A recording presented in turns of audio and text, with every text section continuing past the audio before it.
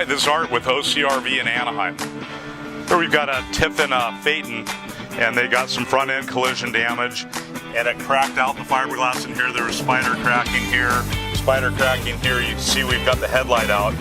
Now we've also reinforced with fiberglass back behind here. You can't see it with the camera, but the fiberglass is all laid up behind here and then laid up on the outside. Now it's all faired in and ready for primer, and then we'll be going into the paint shop for the paint process.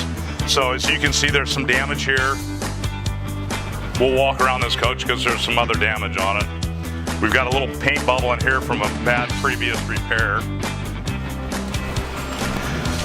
And then you can see on this rear cap, same issue.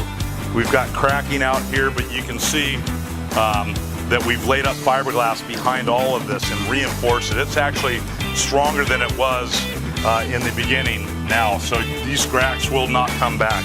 It's a good solid repair. So if you've got any fiberglass work, RV repair, paint, body collision, we do RVs, fire and rescue, and commercial equipment here at the shop. So please visit us at OCRVCenter in Anaheim. Thank you.